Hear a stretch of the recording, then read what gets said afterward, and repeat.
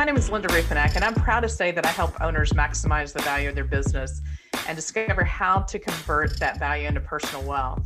And I want to welcome you to Wealth Empowerment State of Mind, a place where we share the stories of successful business owners and industry-leading financial experts to help inspire you on your pursuit towards wealth empowerment. So I'm so excited today to be welcoming Kim Haas, who's the executive producer, host, and creator of Afro Latino Travels with Kim Haas. It's a show she created to celebrate the African influence in Latin America. Kim, welcome. So glad that you could join me today. Hi, Linda. Hola. Hola. So let's start out with a little bit of Kim. Can you provide a little bit about your background? Because it's so fascinating and interesting, and how you kind of ended up deep diving into the world of Afro-Latino culture.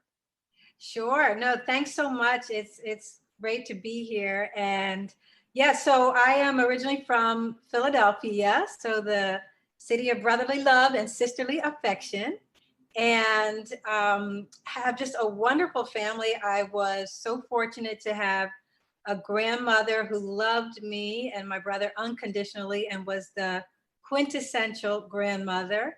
And she wasn't even 5 feet, but she just was enormous in her generosity, in her love, in her positive attitude, her optimism, her faith, resilience. She was just tremendous. Her name was Cassie. And then I have 2 incredible parents. And so, I started off with a great foundation. I think that's the key. And I have a great extended family. So I'm just so fortunate. And so I grew up always with the idea of being supported and loved. And when you start off like that, life is good. And so my parents always instilled in me just a constant belief in I could do anything. They supported me always. I mean, I can truly say always. And I'm almost thinking about them, getting tears in my eyes. And then my grandmother, I mean, I was just so loved. And when you start off like that, the world is opened up to you. It's opened up to all of us. Let me say that. But I think when you have a supportive family, and I hope to do that. And I hope my husband and I do that for our daughter, Gabriela. But when you start off like that, it's, you start off on a good foot, and a great path. And so my grandmother, and I'm getting to the show and business, but my grandmother took me to Acapulco, and I tell this story when I was about 8. And I remember my grandmother loved to travel, and she loved people. And someone taught me to count in Spanish 1 to 20 in the hotel lobby, and I was hooked. And counting my numbers in Spanish and learning them. And so since that, when I was 7, 8 years old in Acapulco, I've just been in this love affair of languages and culture and travel and meeting people. And so her spirit stays with me. And I think, had a rich life, and because of Cassie Keith and her love for meeting people. And then my parents also talked to me about, the benefits of starting a business. And so that was kind of instilled in me kind of early on. And I had some jobs before I started my own business, but I always had my eye on that. And I always loved reading about entrepreneurs. And I did, sales, candy, and all that stuff when I was little. So I think there's probably that my family just inspired so much of who I am today.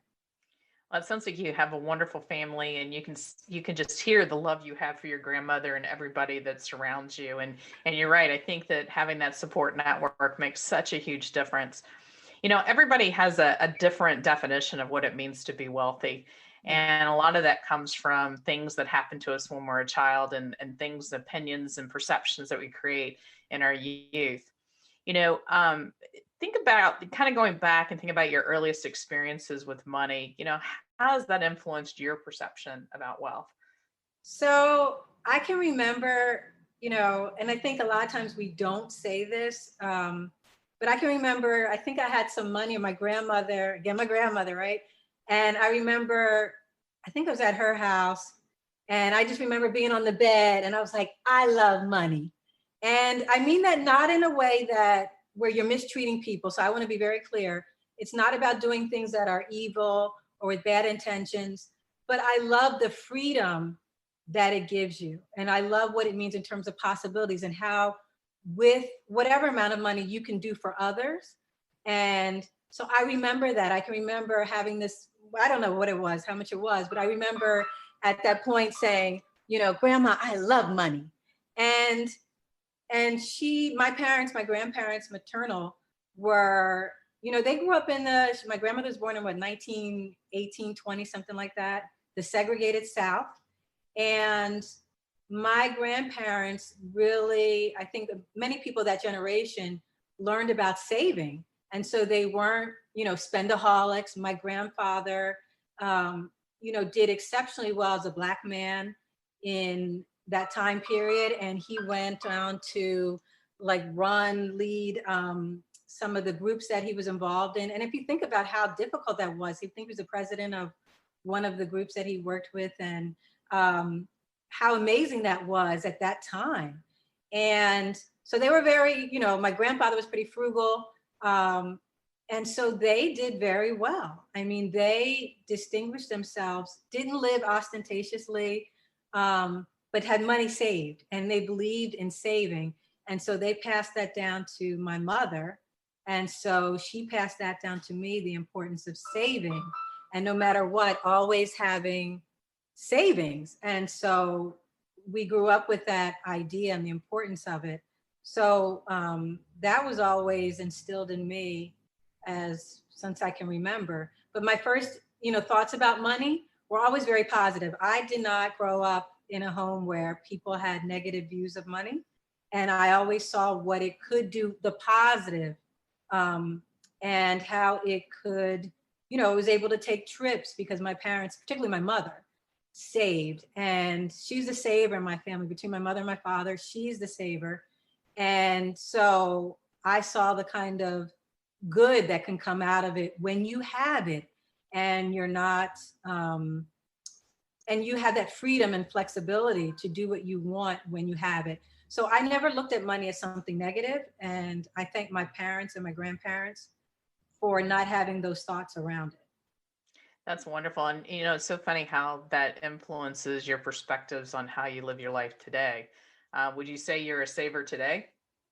I think I have probably both. So I'm always trying to save because my mother instilled that very early on, the importance of saving. So, you know, and I try and do that with my daughter who's 10.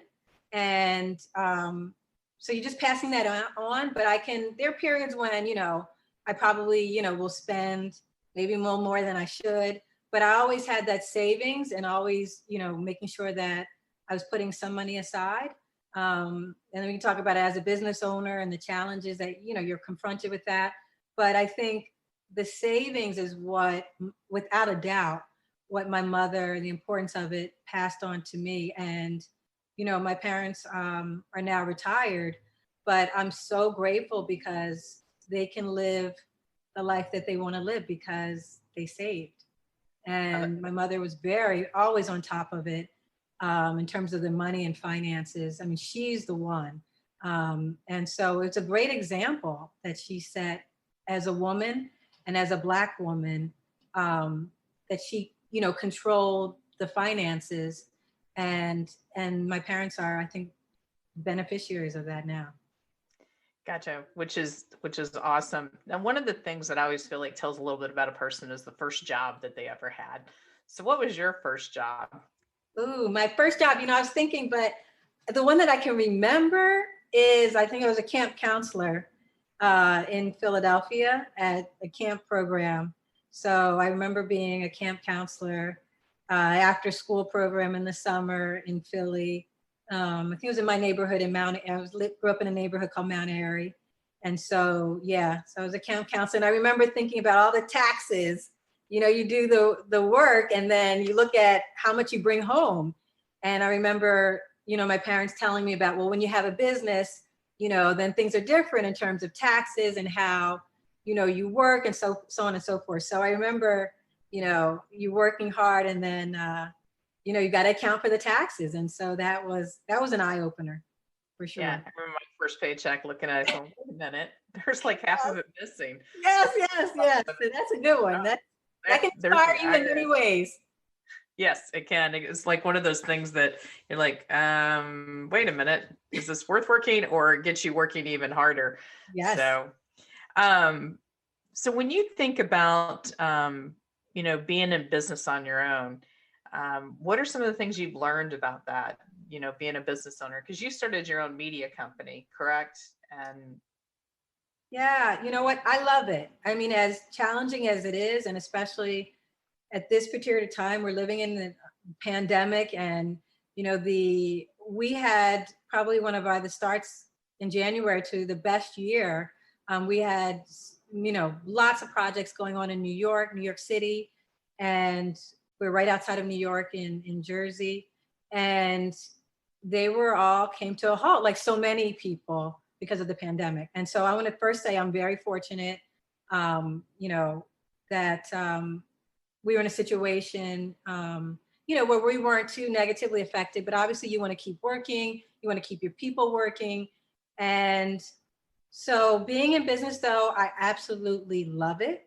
And it gives me an opportunity to, I think, be creative. I just feel like there are no limits on what I can do, the kinds of projects that I can work on, that no one, for me, and again, this is speaking for me, my time is basically my own. And obviously you have clients, and so you have to make sure that you produce and that you create, and that you provide a great project for your clients. So that's a given. But I like the idea. When I first started, this is when I was first starting out as just consulting. And I remember I wanted to take a vacation. And so I remember I was asking my mom, well, what am I, I'm supposed to ask them? And she's like, no, you're a consultant. You don't, you tell them what you're going to be doing. So that was new, just thinking differently about working and your time, and that I have control of my time. And so I like that a lot. I like that my income is really unlimited. I love that. I love the fact that I like to think that through my efforts, and obviously working as a team, that my income really is unlimited. And so I like that a lot. But I talk to people who say that they could never, run their own business. That's not their makeup. So it does depend on the individual. But I say for me and my personality, it works really well for me. And I'll work until, 11, 12, 1 o'clock, and, be glad to have the opportunity to do that. And so it really depends on the person and the individual. But I love having my own business. I feel like I have about as much control as you can have in this world. And I think that's awesome, because I think recognizing that it's a little bit different than working for somebody else, right? Owning your own business, you're taking on all the risks, but you also get a lot of reward for it. How did you figure out what you wanted to do when you grew up? That because you've taken an interesting path, and obviously very creative in what you're doing, but is that the way you started out, or is that, has that been what you've always wanted to do? So I think all the roads lead to either my grandmother, Cassie, or my parents somehow. And so this goes back to, as I was saying, my trip with my grandmother. Once I went to Mexico, to Acapulco, and started learning Spanish, I was hooked. And so I think now, I can't remember when I didn't speak Spanish. It's part of me now. I mean, it's like my arm, my leg, my nose. I think speaking Spanish, traveling, it's just a part of who I am. So there is no, I do that professionally, and then personally I do something, else. They are intertwined. And so, yeah, I can just remember that and remember it pretty clearly. And I remember that, and I was always interested in film, and my father and I used to we like to watch old movies and the classics. And so I was always interested in acting, theater, television, film, but combining that with Spanish, and I also speak Italian and Portuguese. And so I always wanted to combine the languages, television, and culture. And so I knew that pretty early on, that I wanted to do that. It was more, I think the challenge has been figuring out how to do it. and getting them to work, because sometimes I had the Spanish, but without the television, or sometimes I might have had the television, without the Spanish. And so how do I get them to work and, unite them was my ultimate dream. We've done a great job of blending all those things and educating and informing other people about it. So Afro Latino Travels, tell us a little bit about that project. And I'm wanting to see it, but it's not available in my market yet. So hopefully we'll get it here soon. But I'd love to hear more about how you started this and what it's all about. Oh, don't worry, Linda. We'll make sure you see it. We'll hook you up, as they say, right? We'll get it into markets all around here. No we'll worries. Push for it. How's that? So. Yes, thank you. So, the process of, so I had this idea for the show, Afro Latino Travels with Kim Haas, because I had traveled, as I said, since my grandmother took me to Mexico. I'd been traveling, and I loved it. And everybody in my family knew Kim, as soon as I came back, I wanted to go somewhere else. And so I was always wanted to travel. And then obviously I had a particular interest in Spanish. And so I'm in Philadelphia, so I'm in a city that has a great diversity of people. And I have friends who are, Afro-Venezuelan, Afro-Puerto Rican, Dominican, Afro-Dominican, Cuban. And I'm meeting all these people. And I lived in Spain junior year in college, and I lived with a wonderful family. But I'm learning about the Middle Passage. So that period when people of Africans were brought to the Americas. And so I'm learning more about that and how approximately 12 million people made that trip, those journeys from Africa to the Americas. Those are the ones that survived. That's the approximation, 12 million.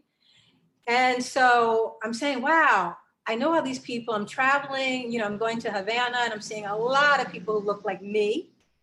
And yet when I'm watching television and I'm watching Univision and I'm watching Telemundo, I'm not seeing anybody who looks like me. And so there's a real lack of representation of Afro-Latinos. And it's heartbreaking. And it's heartbreaking to know that there's a whole world of people out there whose stories aren't being told, whose gifts aren't being shared, whose talents aren't being expressed, whose stories are not being told and are not being seen on television. And I know what a powerful medium television is. I know how people form expectations, stereotypes, be it good or bad, thoughts about people. And I know the impact that television has.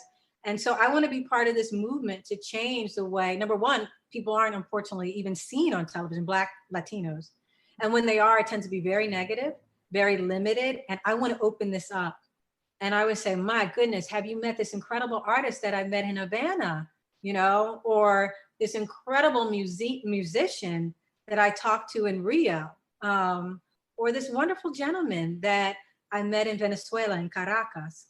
And they should be honored. And I think most importantly, or part of this is because the more you learn about Latin America, and the more I learned, is that so much of what people enjoy about Latin America, whether it's samba or salsa or the cuisine or the music, as I mentioned, or some of the literature and the vocabulary, comes out of African descendants. And so to not include them in television and not have them well represented in media is a real disservice. And we all lose out because then their stories aren't told. We don't learn about these incredible people. And so I just had this idea, why wait for these networks to show and to bring to television what I want to do and what I want to see and what I think we all deserve to see. And so I came up with this idea of traveling throughout Latin America and really spotlighting these people who, bring us these stories, these incredible stories, and keep these traditions alive, and go to their families. I mean, when do you see a Black family on a Spanish language television? Very rarely. But they're out there, and their stories should be told and shared. And so that's when I came up with this idea. And I think that's beautiful. And I think that, as I'm listening to you and you're talking about the stories not being told, with the influence in the Afro Latino world, but, it's the sad part is that's the same thing that happens in business, right? That the stories of successes aren't being told about all the different people and all the different types of people that make this, make the business world, make things happen. And so, I can appreciate what you're doing. It's, similar to the passion I have on trying to get those stories out there about women and minority owned businesses, because they're not talked about. You see the success stories of the billionaire, billionaires out there, but a lot of them don't look like you or me. There's very few out there that look like you or me. And so, I appreciate what you're doing, and it's a thing we've got to be more mindful of going forward, is making sure we're telling each other stories, and putting everybody on an equal footing. Because as I like to say, we all came into this world the same way, and we're going to go out of the world in the same way. So we should embrace the things we have in common and work together to overcome some of those challenges. So well said, Linda. I commend you for the podcast and doing what you're doing and opening up all of us to these incredible, I'm sure, the people and their experiences. We can learn from each other. Absolutely. So hats off to you. Well, thank you. Well, it's funny. It all came out of, I've been involved in the bourbon world for a long time in the last several years, and started a group called Whiskey Chicks. And the thing that struck me about those experiences, and it was a place I never expected, not anything that I planned for to come out of it, is that by finding something in common, as something as simple as sharing a glass of bourbon, can bring people together from all different places with all different backgrounds. You check it at the door, and you check your politics and your opinions about religion and everything else, and frankly race and everything at the door, and you share these experiences together. And I feel like there's such an opportunity for all of us to share more of those experiences together and find that commonality, so that we can enjoy life together. We need more bourbon. Well, yeah, and drink more bourbon, that too. So we need more bourbon. But you know what? You're absolutely right. I agree with you wholeheartedly, is that if we look for the commonalities, but that's what I love in travel. If you look for the commonalities, in the end, people just want to be heard. I think they want to be appreciated, valued. And if you strip away, as you were saying, the religion and the politics, but at the end, I think the fundamental need is that people just want to be heard and appreciated and valued, and I think regarded. And as long as I think we can do that, we can find commonality. I have no doubt. And plus a little bourbon, that helps. Rum, a little tequila, a little bit of, whatever it is. Yes. Whatever it is. It depends on what people embrace. But the first time I traveled outside the country, it was a totally different experience than what I thought it would be. Because you have these images that it's going to be almost like going to a different world. And you realize it's not a different world. It's the same world that you're in. And there are people there that just have a different culture. They have a different background, but they're people. They all have families. They all have to work. They all have to eat and drink, and we get to share each other's passions about what we like based upon our culture. Absolutely. Where did you go on your first trip? My first trip out of the country was to Ireland. So, and that was a fun experience. It's actually, I traveled by myself to Ireland with a group. So it was a pretty empowering experience. And so, I hopefully with the travels you're doing, you're going to inspire others to actually take those travels to different places they may not have gone otherwise. Well, as soon as we get out of this COVID stuff, when we can all go somewhere. Yes, but good for you, and good for you for going by yourself. Even you were with a group? I was with a group. This is many years ago when I was a lot younger and not married and no kids, that I had friends that were talking about going, and they all backed out. I'm like, forget it, I'm going to go. And I tell you, traveling by myself was such an awesome experience. I encourage everyone to go do it once, where you go on a trip completely by yourself. It's like taking a vacation from yourself. You know what? That is so important. I'm glad you mentioned it, because I think, and maybe it's for women too in particular, but obviously for all of us. But I think it's so important to encourage people, whether it's, male or female, but people to travel if you can, like you said, if people back out for whatever reason, they don't go, to still go. and to still travel. And I think that's so important. And I, again, will bring it back to my grandmother. I remember when she was, she was in her 80s and she would still go out. And she said, if my friends aren't available, I'm just going to go anyway. And she would go by herself. And I always thought that was wonderful that she wouldn't let anything stop her. And, people sometimes will wait for somebody else to go with them. And that's great, but don't let that stop you. So I think that's great that your first trip, you still went by yourself. Hats off to you. Well, I appreciate that. And I think you're right that, it's basically holding on to the fact that you can do these things on your own. I mean, that's what it takes to run your own business, right? That you realize that the old adage that it's lonely at the top is never more true than when you're running a business and you're like, okay, where do I go and how do I get the help, and how to make that happen? Yeah, So absolutely.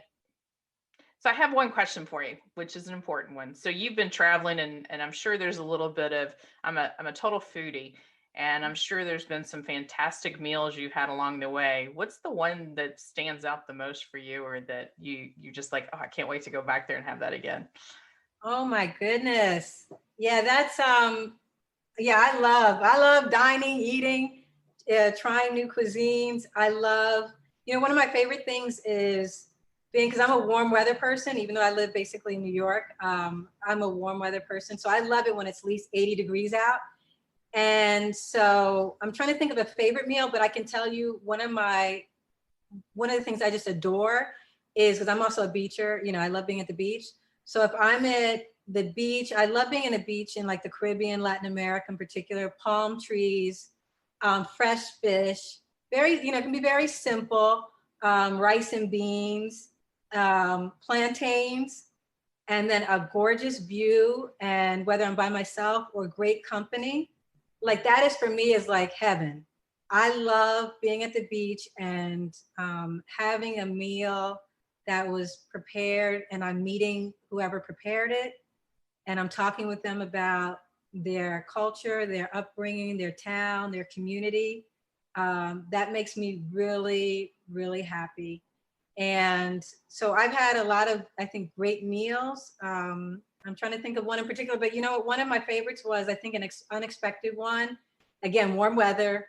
I think I was in the Florida Keys with my husband, and we just happened in on this restaurant. It was like Italian pasta, and we weren't expecting it. And so it was outside. I don't know. Have you been to the Florida Keys, Key West? It's been a long time. Well, Key West, and that was our first time there.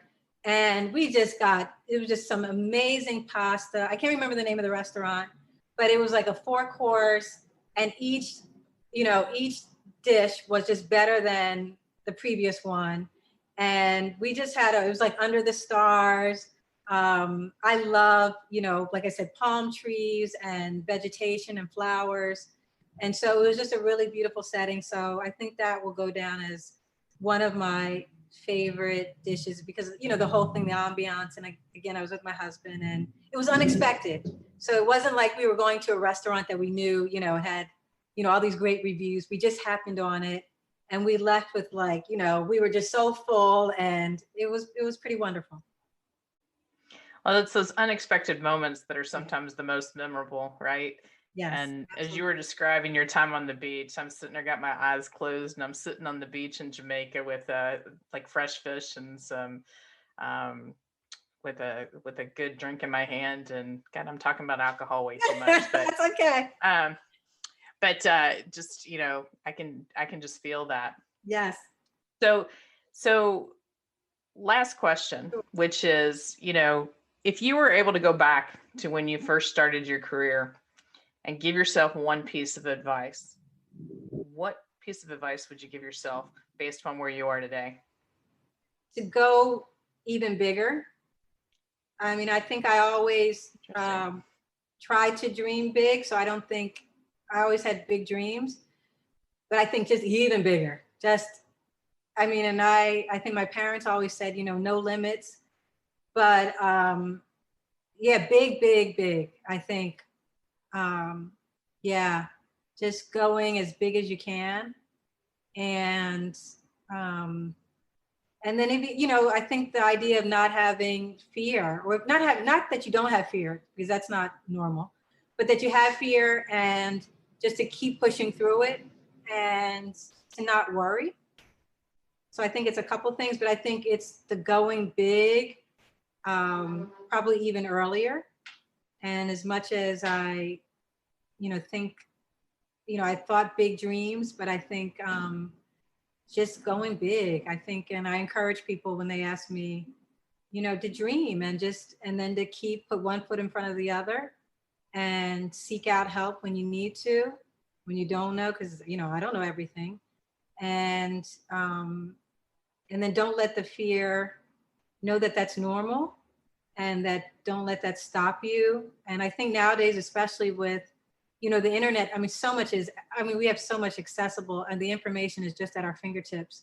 And so you can find out pretty much anything you want. But I would say to go big, dream. I mean, you hear that a lot, but I don't want to sound like, you know, cliched, but I so mean that. Yeah, I think that's awesome. And so I can't wait to see where you go big, especially after all this is over and you're able to get out there traveling again. And so I really do thank you for taking the time to be part of this podcast. So if people want to learn a little bit more about you, where can they find you? I think on travelswithkimhaas.com is a great way to reach out, and you can see some of the things we're doing, particularly with the show and where we are. Or you can always, you know, email at info@haas-media.com. And it's HAAS, 2 A's, 1 S.